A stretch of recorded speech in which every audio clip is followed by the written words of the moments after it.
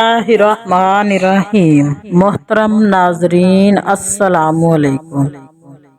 اللہ سبحانہ تعالیٰ نے اپنے محبوب حضرت محمد صلی اللہ علیہ وآلہ وسلم کے لیے یہ کائنات بنائی۔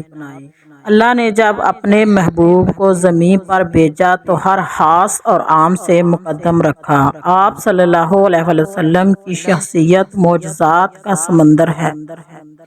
معجزہ ایسے خلاف معمول عمل کو کہتے ہیں جس کے ذریعے بھلائی اور سعادت کی طرف دعوت دی جاتی ہے۔ یہ دعوت نبوت کی دلیل کے طور پر بھی پیش کیا جاتا ہے۔ اس میں اس شخص کی صداقت کا اظہار ہوتا ہے جو محبوب منو اللہ ہونے کا دعویٰ دار ہو۔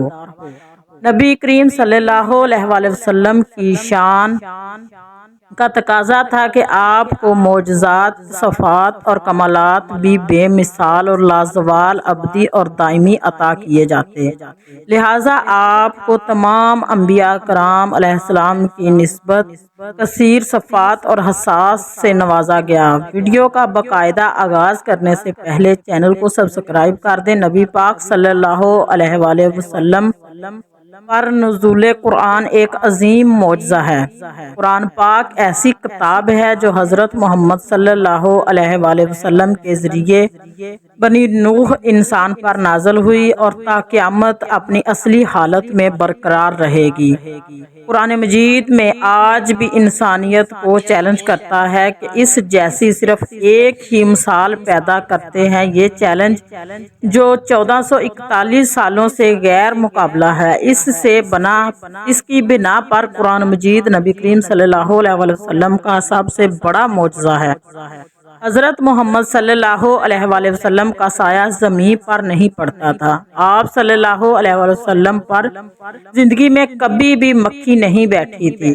آپ صلی اللہ علیہ وآلہ وسلم جیسے آگے دکھتے تھے ویسے ہی پیچھے کی جانب بھی دکھتے تھے۔ آپ صلی اللہ علیہ وآلہ وسلم جس جانور پر سواری کرتے وہ آپ صلی اللہ علیہ وسلم کی گواہی دیتا تھا۔ آپ کے پسینہ مبارک میں اللہ کی خوشبو کو قائم کیا، یعنی جہاں جہاں سے آپ کا گزر ہوتا لوگ آپ کی خوشبو میں جنت کی خوشبو کو محسوس کرتے۔ آپ صلی اللہ علیہ وآلہ وسلم جس پانی میں اپنا لعاب دہن ڈالتے تھے وہ پانی شہد سے بھی زیادہ میٹھا ہو جاتا تھا۔ آپ صلی اللہ علیہ وآلہ وسلم نبینا کی آنکھوں پر ہاتھ رکھتے تو اللہ انہیں آنکھوں کی روشنی عطا کر دیتا۔ آپ بیماروں کو چھوتے تو بیماروں کو شفا ہو جاتی۔ آپ صلی اللہ علیہ وآلہ وسلم مردوں سے بات کر سکتے تھے، ان کو سن بھی سکتے تھے۔ آپ کو نبوت سے پہلے اور نبوت اور بعد میں جہاں جہاں سے گزر ہوتا وہاں کے پتھر، پہاڑ، درخت آپ سے گفتگو فرماتے تھے۔ آپ صلی اللہ علیہ وآلہ وسلم سے ہر پرند، ہر جانور اپنی زبان میں بات کیا کرتا تھا۔ آپ صلی اللہ علیہ وآلہ وسلم اپنی انگلی کے اشارے سے چاند کو 2 حصوں میں تقسیم کیا۔ سبحان اللہ، ان کو واپس جوڑ بھی دیا۔